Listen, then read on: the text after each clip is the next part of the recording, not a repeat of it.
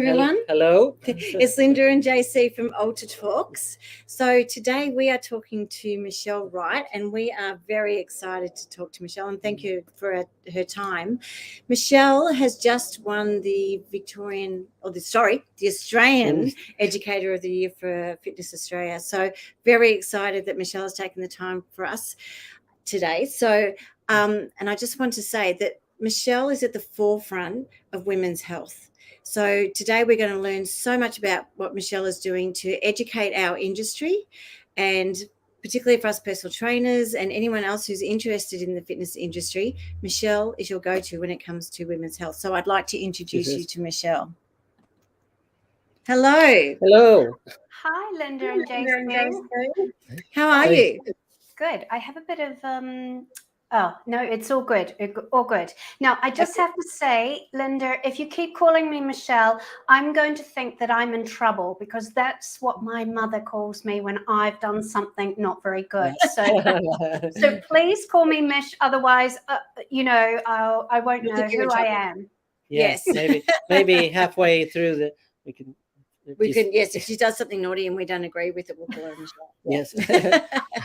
So Mish, thank you so much for joining us today. I've just given you a very brief introduction because I'm very pleased to have you on our ALTA Talks this week, because it's really important to me as a female to have someone in the industry who is just the person to go to when it comes to women's health, because I have searched and there are some great women out there, but there's nothing like having a Kiwi Australian who we can go to. And I've actually just done last year I did your post and prenatal course, which I absolutely loved. So thank you.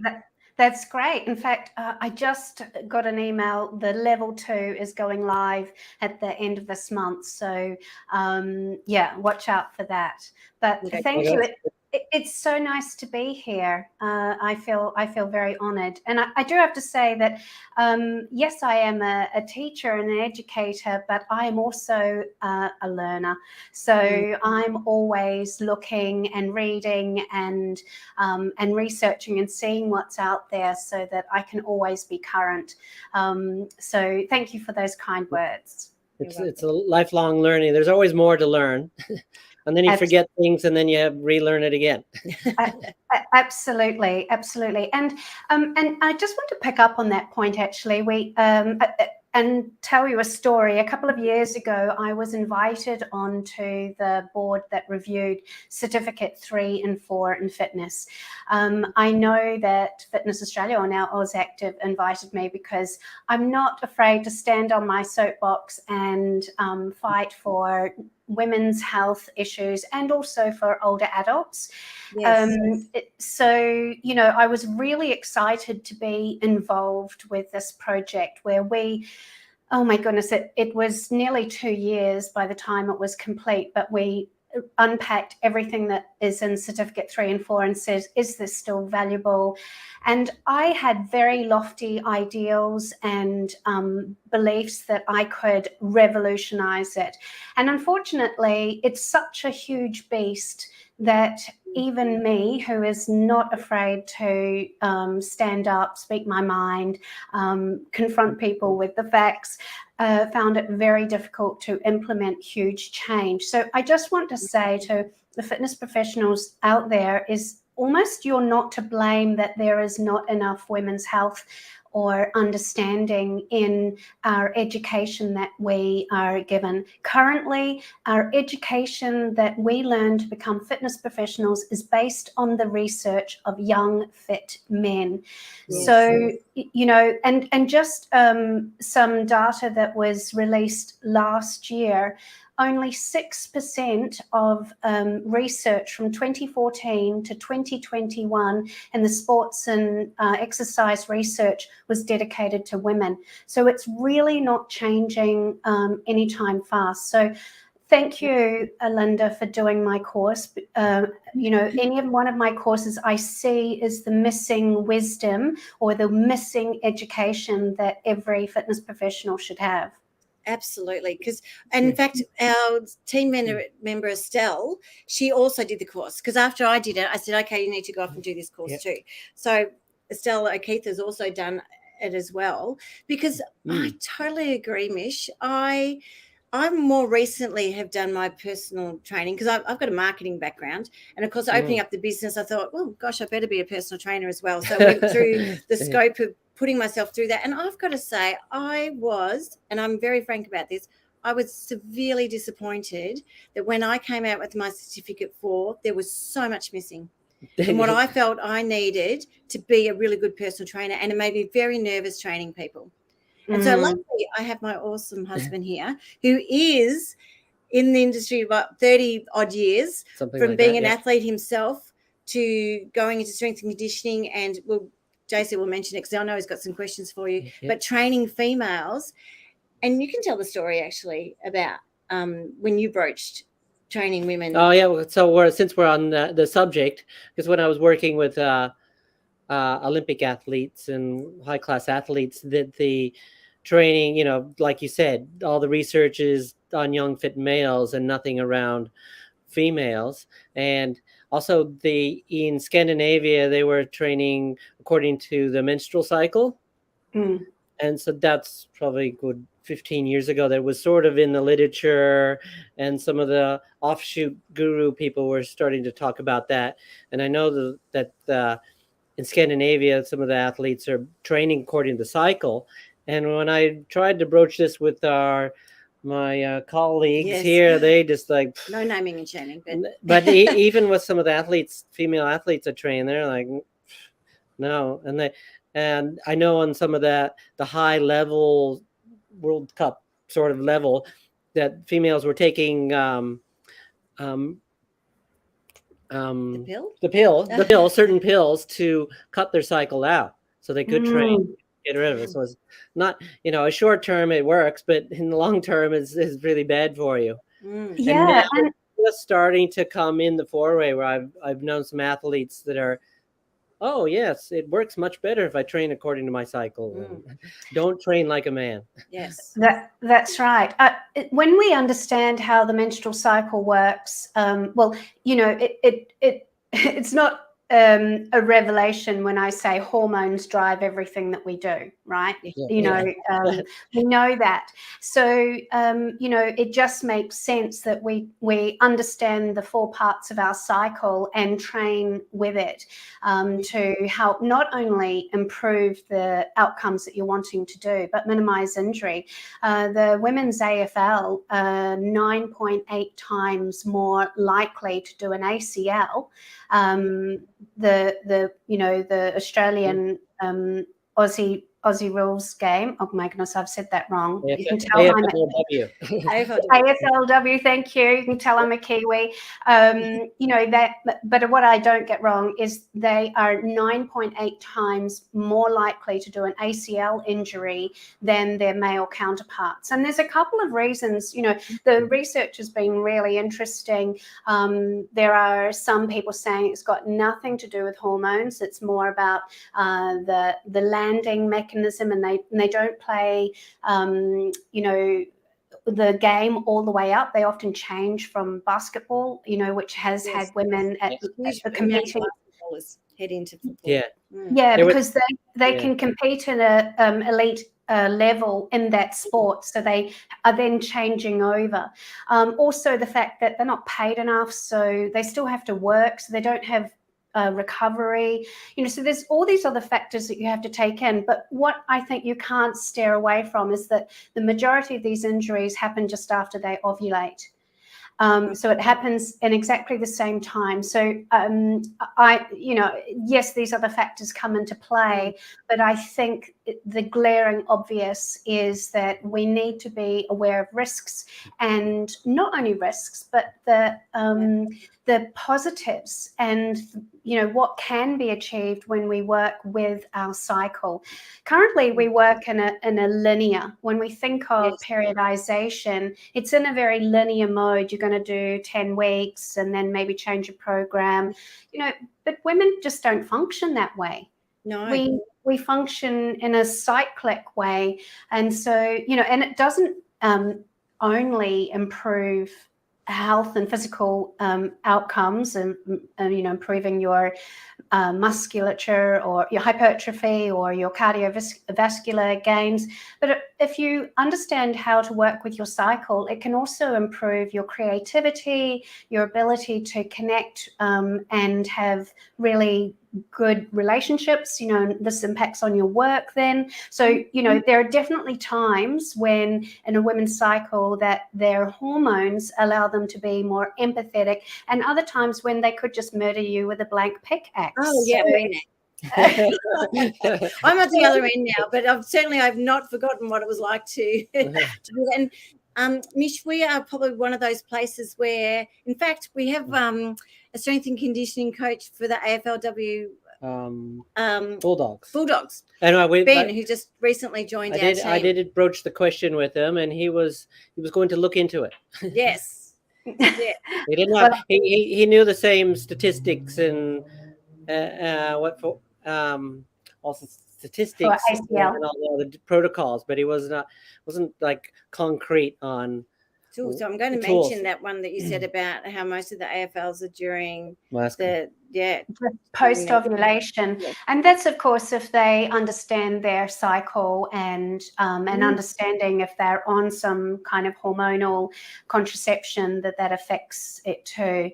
But there are lots of ways in which personal trainers can implement this. I've actually just produced a course exactly on this with Central Queensland University, periodization for periods.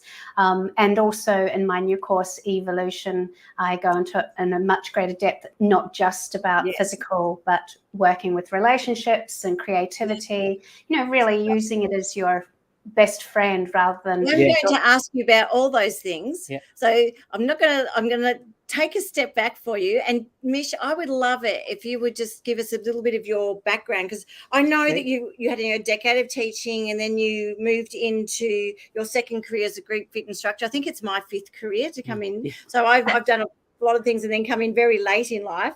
And then, of course, you did the multi-award-winning Mishfit, which I remember seeing that many years ago myself. And now, you're doing all this work. So give us all just a little bit of a brief background, and then we're going to ask you lots of those questions about what you've been doing. Yes. Sure. Well, I suppose I'd like to caveat all of it with if I had told my school friends that I was going to become a fitness professional, or even, a person who writes education for the fitness profession, they probably would have fallen off their chair. I come from a very sporting family in a very sporting country, but I missed that gene completely. I was much happier reading, writing, sitting under a tree, thinking, I don't know, geek or dreamer, one of those, somewhere in between. But a kind of unfortunate event happened in my life. And I will tell it to you, but I'm going to preface it with, it does have a happy ending. So I moved to Australia, Melbourne, where I am. And within a year of moving, and I was a teacher, as you quite rightly said, I had one daughter, and within a year we bought a house, my husband and I. We renovated it. It was a real bomb. And I got pregnant with our second child, and we'd only just moved in. Nothing was finished. And he moved out and moved in with his girlfriend of 6 weeks. And then I had a baby. And all that happened within 1 year of arriving in Melbourne, in Australia, in a new country where I have no family. I had a couple of friends that I'd known before, but no support networks. And I had a friend of mine. She was coming back from the UK, where I had met her, and I had been living before Melbourne. And I picked her up from the airport and I said, "How long are you staying with me for?" And she said, "Till I know you're on your feet." Yeah. She stayed with me for 6 weeks. And every day she would say, "What are we going to do for exercise?" So we'd go for walks. We juggled the babies and went for a swim. We joined the gym, and she helped me with, managing the kids so I could, start going to the gym. And by the end of 6 weeks, I knew that I I had to continue with exercise because it was the only thing that helped my mental health. It enabled me to get out of that big black dark hole that I was in. Now, the doctor prescribed me antidepressants, but in reality, I was not depressed. I actually had trauma and I was suffering from that. But exercise, hand on heart, saved my life. And so I knew then that this is what I had to do for a living. So I remember very distinctly ringing my parents in New Zealand, and by this stage, my baby Maxie, who's now in his second year apprenticeship as a carpenter, and the most glorious young man. Yeah. My daughter's, in her 20s, and I absolutely adore her. And I've remarried, totally upgraded, I can tell you. So, it does have a happy ending. But I remember telling my parents I was going to leave teaching as a profession and become a body pump instructor. And to say that they were surprised, unsupportive, thought I was a little bit crazy. So I've kind of come full circle in now. I've always been a creative teacher and always loved learning, and you can't be a good teacher if you don't love learning or understand about how people learn and engage with that process. But of course, I'm completely passionate about enabling women to stay active no matter what age or stage they're in. Yes. Yeah, I totally agree. I sort of have a bit of a similar story, but I'm not going to go through that today. But in the fact that I too upgraded, yes. Yes, to upgrades. Yes. But went through a period where I too found that exercise helped me through a really difficult time. I started doing personal training. In fact, that's where I was going to the same place where actually JC was working. Not that he knew me then, he didn't even train me, but I totally understand that exercise for me was a mental timeout, because I did hour session 3 times a week, and it was my time to just blank everything out. And as part of that, my body became fitter, my mind was clearer. I was able to cope with then 7-year-old twins. So yes, that journey is so important. And the fact, even again, so we are aligned very differently, but still there's linear paths that, we're going through in educating women, because this is what I found since being in this industry, is this lack of knowledge about women and women's health. Or it's coming along. I think when you talked about the 6% of research, I was reading this book. Have you read the book The Female Brain? I can't remember. No, but there's a point in that the 5% of research that has been done on disease has been on women, 95% on men, and that they said that the female brain was the same as a man's brain. And as you would know, that is not true. Our hormones play a different role. The size of our brains, our amygdala is different size to men's, and all those sorts of things are different. So as I like to say, and I've heard this saying before, and I think I might have even heard you say it before, we are not small men. That's right. I actually keep a bit of a collection of medical bias against women, and there's certainly, like, for example, this always blows me away, and whenever I present about it, it always blows everyone else away, is that the one of the key killers for women is heart attack, and that is because they don't recognize their symptoms, and that's because we've all been taught the symptoms of what it is for a man. And if you Google heart attack, all the images are a man clutching their heart, but for women it can be anxiety, feeling a bit nauseous, a tiredness. So all those kind of things that they're more likely to sit down, have a cup of tea and die.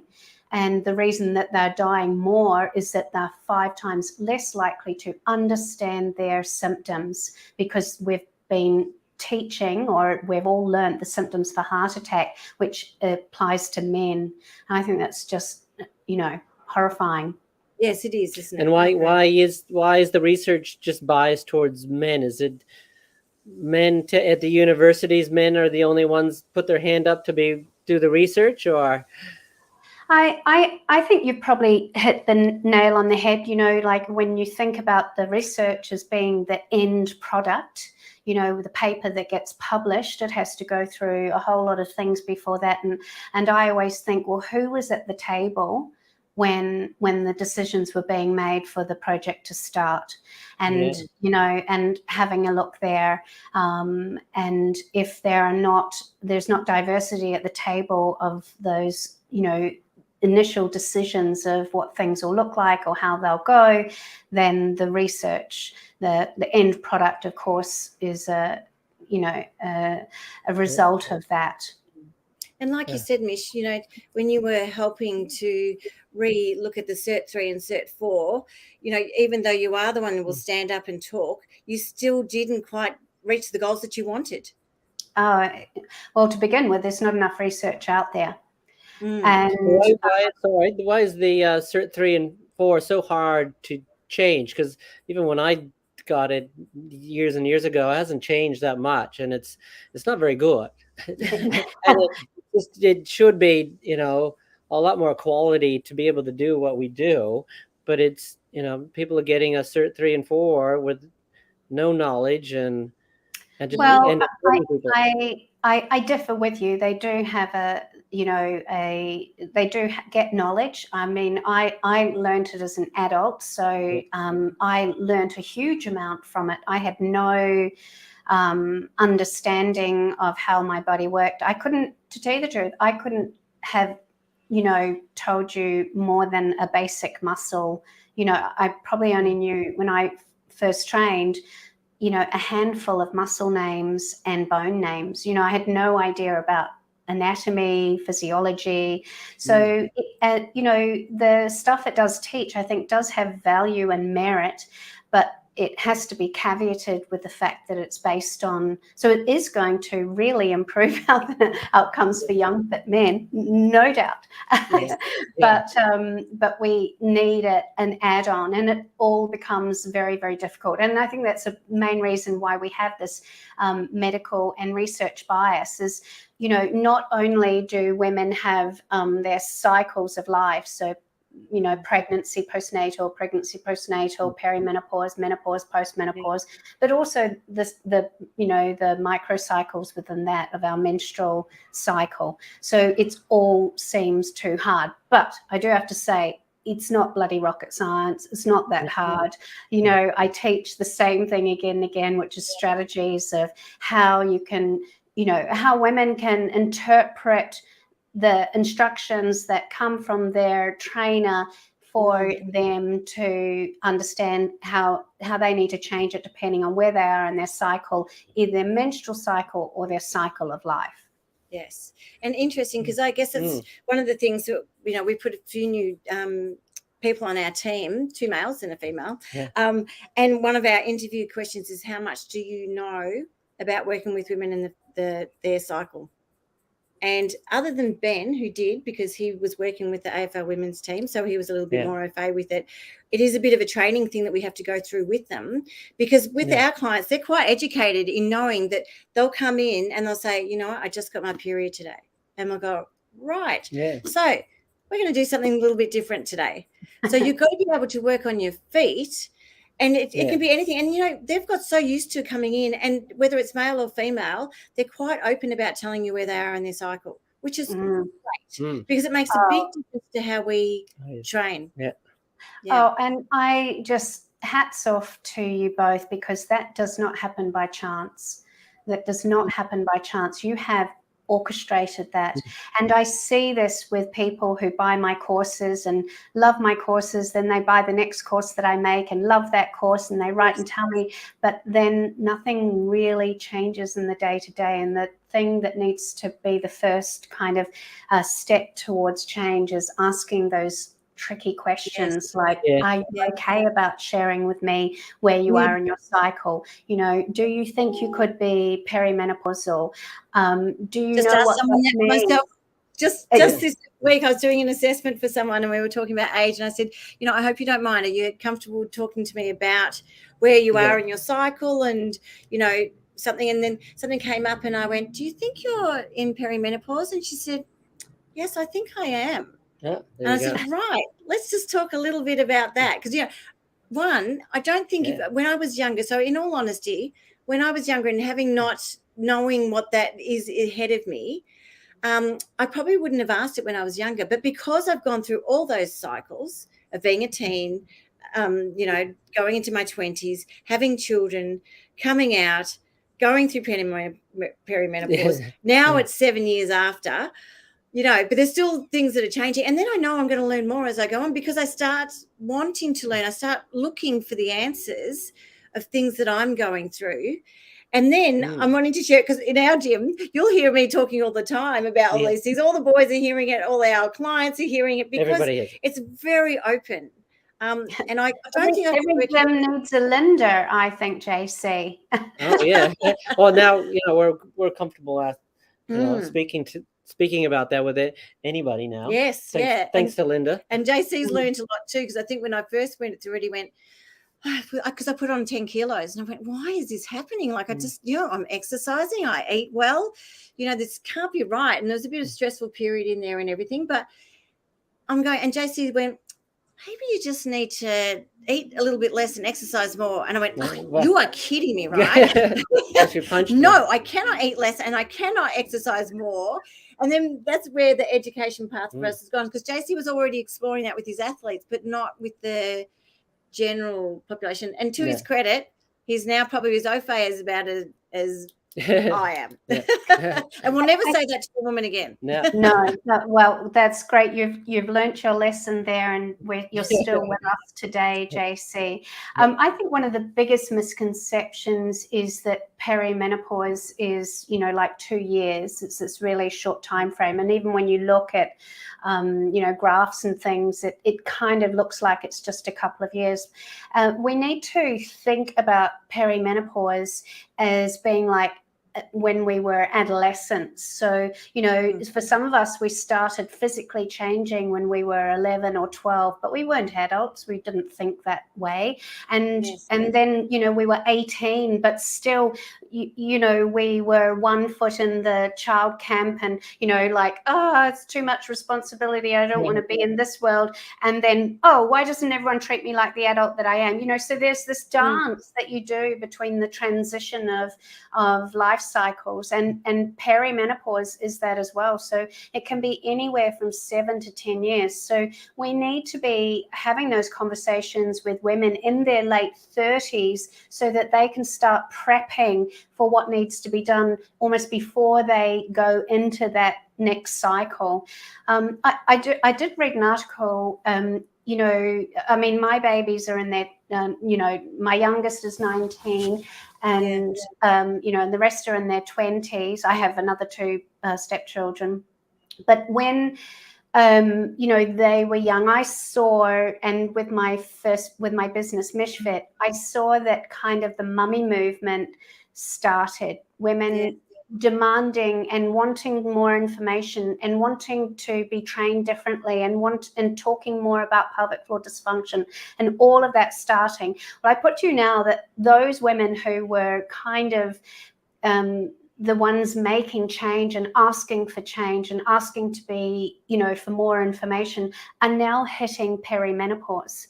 Yes. So they are the same, they're now looking around going, well, why isn't everyone talking about menopause? Or, why doesn't people understand?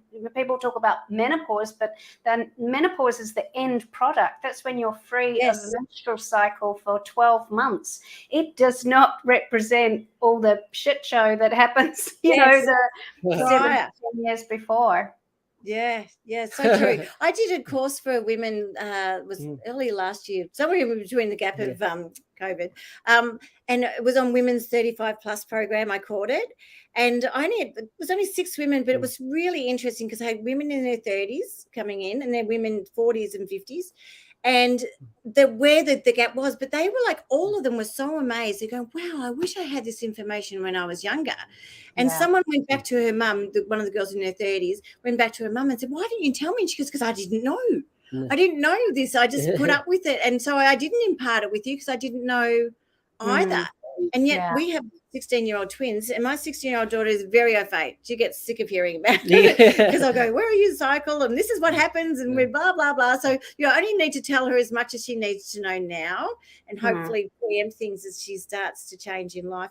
But thank goodness for people like you and others out there who are doing that. And there's plenty of space, as I always say, for us to always learn. So where I learn, I impart it into my community, and where you learn, you impart it to many communities as well as within your own community. In fact, Eugene Downing has just put a little note on the comments saying, Mish. So I can't see it. Even though I've scheduled this for a bit later, but anyway, we'll reschedule it to go live again next week. So if anyone's got any questions, I'll answer those, or I'll pass them on to you next week. I have a quick question based on what we're talking about, is that you've written education for Australia, New Zealand, and Singapore. And what is there a difference in between the countries with how they're expressing women's health? So I haven't reviewed the Singapore curriculum, but I present to Malaysia, and I asked if I could review the curriculum that the fitness professionals get. So, you know, the key thing about being an effective teacher is understanding where your learner is at, you know, and then taking them that next step. And I have to say that their education was, you know, pretty much standard to what people receive in Australia. So I see that there are more pelvic health physiotherapists. I think pelvic health physiotherapists have also undergone a revolution in terms of, you know, they used to just tell women, well, don't run, don't lift heavy weights. But in reality, you know, if you've got a child, you're going to be running after that child. I know I certainly had to put on the sprints. And moving furniture around. Picking children up. That's right. And then, you know, the prolapse or pelvic floor, all of that doesn't kill women. Inactivity does. So, you know, I think pelvic health physiotherapists have come a long way as well in working with fitness professionals to say, okay, what do we need to do collectively to keep women active? Because that is the goal. We need to stay active, and we need to encourage, you know, everyone to be active. But when you have things like prolapse, or, you know, you weigh yourself when you exercise, I know it stops women from being active. So, you know, we need to find ways to keep women active, because that is the issue. Yes. And absolutely, because I mean, we have seen just in the last couple of weeks, the number of people who have come in, women, that are now joining us because they haven't done any activity for nearly 2 years, other than walking, and they've noticed it. So many of them had gone to the gym prior, but then they didn't want to go back into the big gyms, and that's where they start following through to us. But really interesting, and even then, they've changed a lot. Their mental health changed a lot. Their physical health changed a lot, and their recognition in themselves that those 2 years have caused an effect. They've felt their body just kind of go down, and coming back, seeing us and going, okay, this is sort of a bit of an alternative to the big gyms. And a lot of the clients that we've worked with lately, they haven't done any sort of this exercise that we've been doing, working on specific areas. Oh, so Mish, one of the key things I often do in my warm-up is the pelvic floor, your 1, 2, 3. So we take a deep breath in, turn on our sphincter, pelvic floor, core, holding it all in, and let it. One of the key things I got from you is let it all relax. That's right. Yeah. Every client, as part of our warm-up or our cooling down, go through that. And they all really quite enjoy it, because then I go, okay, you do it on your own now, because I don't need to count it out for you. And they know what to do now before, we even talk about it. So yeah, we called it, JC called it turning on the belt when I first learned. The magic belt. Yes, he called turn on the magic belt, he calls it. We got some funny names for exercise, like Hello Kitties and different things. Is that the belt that goes up between their legs, not the belt that goes around the middle? Yes. Oh, good. Yes. Different belt than the other belt. Yeah. Yes. That's really great. And if people are listening, one of the things that misconceptions is that pelvic floor exercises are great for everybody, and what people often don't understand is that hypertonicity of the pelvic floor. So if you've got a tight pelvic floor, you can also experience incontinence. So if you've got a client coming to you and say they're leaking, you can't ever understand why they're leaking. So that's why a relationship with a pelvic health physiotherapist, where they can correctly diagnose the cause of it. But I love it, Linda, that you're also cueing that relaxation. It's not about the pelvic floor being on, it's about the ability for it to be on and off, sometimes really strongly, sometimes just a little bit. Those. In fact, after doing your course, I also went in search of some pelvic floor local ones, because it's nice when you've got someone local. And I found a company called SheFit, which we still haven't caught up, but also our osteo does that as well. So if we have someone new, or then on the physio, yes. And so we're seeing them on if we think that there's cause. We go, just go and see them, learn if there's anything. Also for them to actually, because that's isn't even easy for me to instruct it, but are they feeling it correctly? So that's when I send them off to someone else, because I can honestly say I can't tell you exactly if it is or not what is going on there. So go to the expert, then you can come back to me and we can just incorporate it into your program. Yeah. And isn't that interesting? You're really exemplifying the point I made right at the beginning, is that it all starts with the communication. If you can't ask these questions, are you feeling it, for example, as opposed to assuming, so we're going to do our pelvic floor exercises, you're going to tighten it, you're going to relax it. Well, if you've got no comprehension of what that is, how likely is your client going to put up their hand to say, what the hell are you talking about? It's very interesting, because if I use the word sphincter, they don't always know what I'm talking about. But if you say holding it apart, they know. Yes, that's right. You say that, holding in a poop, I say. So Mish, let's go to a little bit, because we are already nearly 40 minutes in. I'd like to learn, if you've still got the time, a little bit more about the CODA and your new course, EVEolution, because have you noticed I've actually applied? I work part-time for CODA with the Living Longer, Living Stronger program, and have rewritten all their education. And now I'm working on lots of other short courses for CODA in the particular area of where fitness intercepts with age. So that's... Did you say what CODA stands for too? Oh, sorry, Council on the Aging. So we're the leading advocacy body for older adults, not only in Victoria, but in all the states. But I work, of course, for CODA Victoria. And we have a number of programs. In fact, half of our office, back when we were in the office, was made up with lawyers for Seniors' Rights Victoria. So a number of amazing programs come out of CODA, of which one is our Living Longer, Living Stronger brand. It's not just about fitness. They can also support you with housing and Aged Care Navigator. We have a program at the moment which is looking for helping women back into the workforce. So, it really is an interesting organisation, and amazing change makers are in there. Yeah. And then the other thing that I have completed, I call it my COVID project, really. It was an idea that I had 5 years ago when I had my own studio and was training women, I was like, imagine if I had an online course where women could go and get the information, because I was repeating the same information again and again, but I was cutting corners.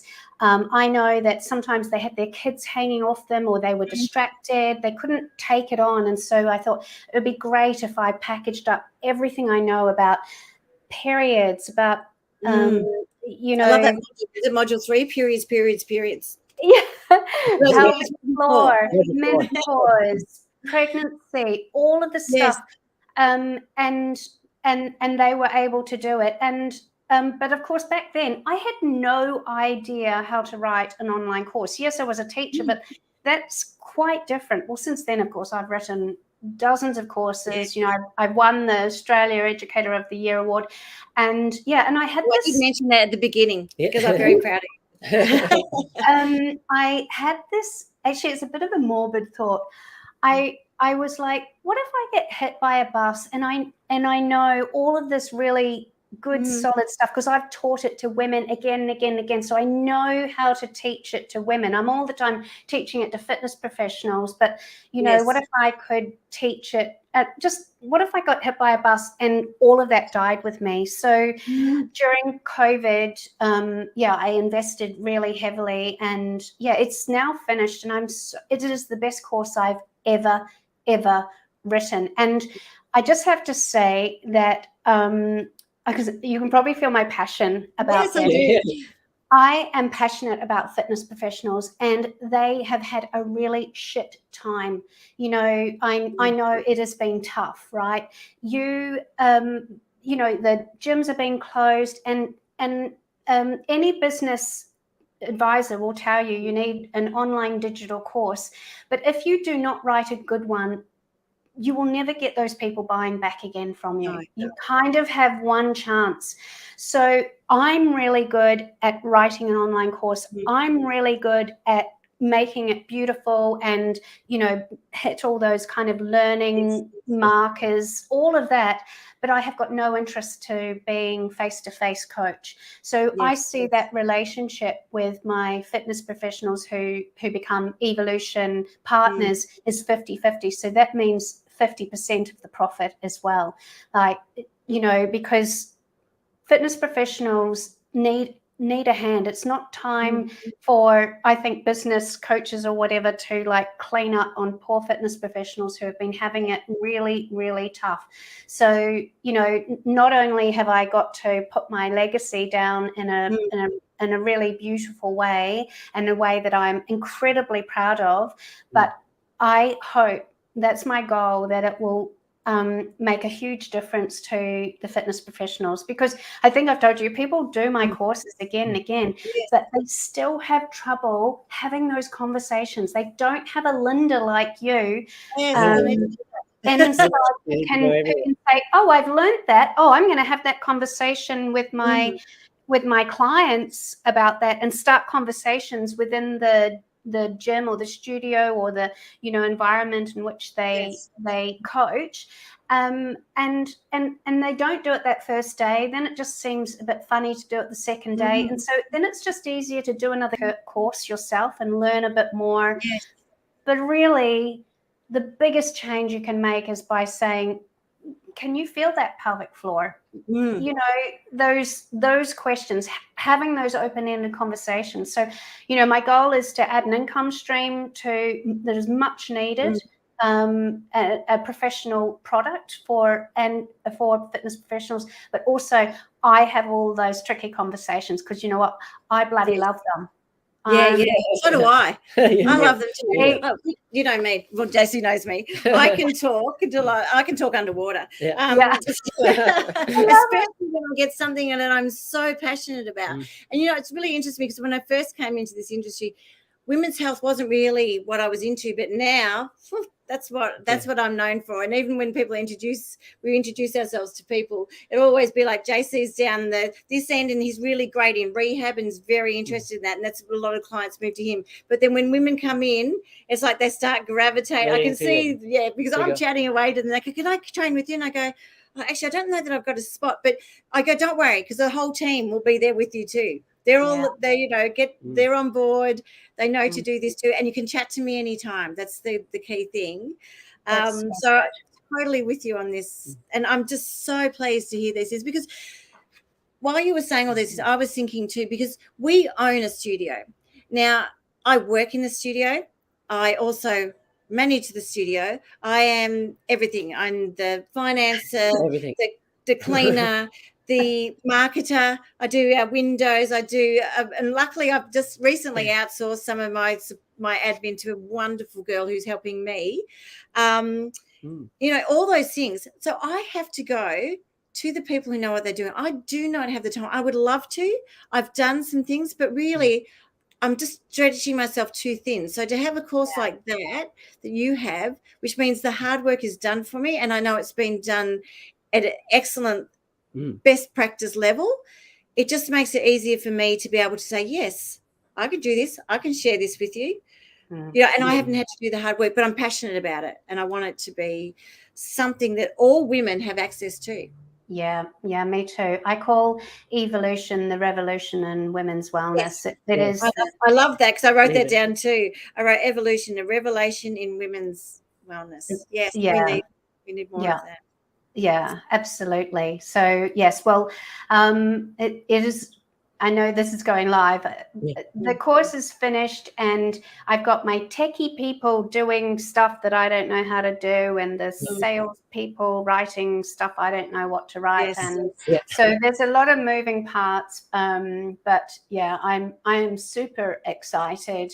And I feel like I don't know. The older I get, I used to be driven, I think, a lot by money.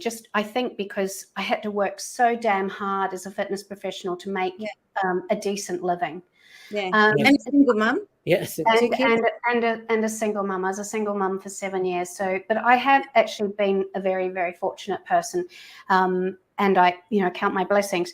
But I'm not really, I can honestly say I'm not really driven. I'm driven by supporting the fitness industry at this moment. I think it's really struggling, and a lot of people are leaving it, and it just breaks my heart, because I know what a difference a good personal trainer can make, or a good fitness professional can make in anybody's life. And yesterday I had to give a presentation on behalf of Kosher, and I spoke to a whole room full of carers who are all older. They were going for a walk, but really they had no idea about how they could do anything differently.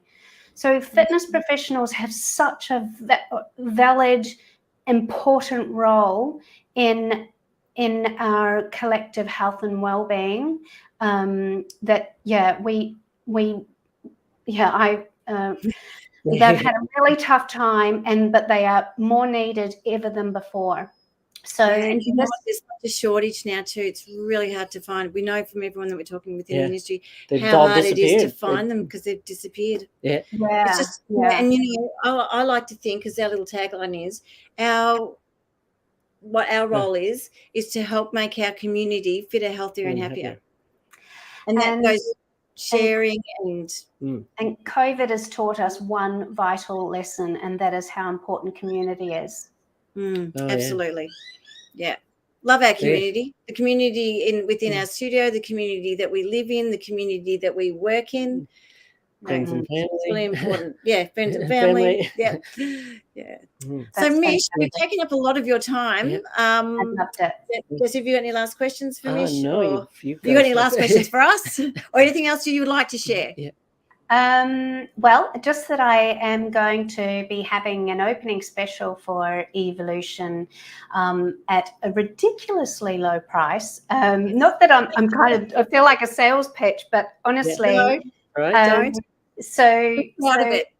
be a reseller, so you get access to the program. So, although it is written for your clients, just by you watching it, you're going to learn too. In fact, you're going to learn how you can teach it, all this stuff. Or if it's too tricky to teach and you're not a natural Linda, you can easily get everyone to do it in different blocks, so it has a lot of ways of working. We also have you can put a group of women together and do, once a month. Totally. Yes. Totally. So the price of the course for your clients is $447. The price for a fitness professional to be a partner is $597, but I'm reducing everything down to $397 for the first 50, just to, I just want to get it rolling. I want people talking about it. Like number whatever I am before the 58 goes. You better get online. So if you come on at $397 as an EVEolution partner, you only need to sell 2 courses to get your money back. Yes. So I feel like any kind of obstacle, and I've been working with a digital company and a sales company, because all the stuff I don't know how to do. I have invested really heavily into this program, and they're like, are you sure you want to be doing this course? Is really cheap in comparison to what's out there in the market. And it's just like, do you know what? I feel strongly about this. I want women to have this information. I do not want price to be a barrier, but of course it's not going to be free, because people cannot appreciate, if it's given to them free, it has to have a price on it. But you put into it, it needs to be recognized. I personally have always invested in those types of things, because really you put the work into it. Someone else has done it for you, and then the benefits that I get from learning, and you too, you've done many, many, many courses. You've probably done a lot of bad courses too. Yes. A lot of courses that you never finished. I've done plenty of those. So there is an art form to getting a course where it engages people to the end. And so hand on heart, this is the best course I've ever created. I'm so excited to share it shortly. We're excited to see it. Yes. I'm really looking forward to it. Can we access it now? Is it? Well, it's all there in the back end, but there has to be the link. Oh, this is very technical. The link from buying it to getting into it. I don't know. Someone has to do that. I know my strengths. That's not it. So my goal is that I've already had an email from Mish where I could register my interest, which I've done. Okay. Yes. So Mish has already put it out there. And I'm ready to. First step. Yeah. So Mish, what we'll do, perhaps, because this will go live, then I'll get some more information from you, and we'll post it onto here and then share it. Sure. So, hopefully by the end of the month, all the other techie stuff. Not my bag of tricks. Yeah. So you do need to go to the experts for some things. Absolutely. For sure. Well, Mish, it's been an absolute delight. We talked to you for nearly, oh my gosh, you might be one of our longest ones for nearly an hour. But I knew this would be a really topical conversation that I would enjoy. So as usual, I've done most of the talk, especially when it comes to women. It's a man's thing, that's where JC slips in. But thank you, Mish. Thank you. Thank you. Great time. It's been a joy. Thank you for having me. You're so welcome. And we'll talk to you soon. Great. Bye, Mish.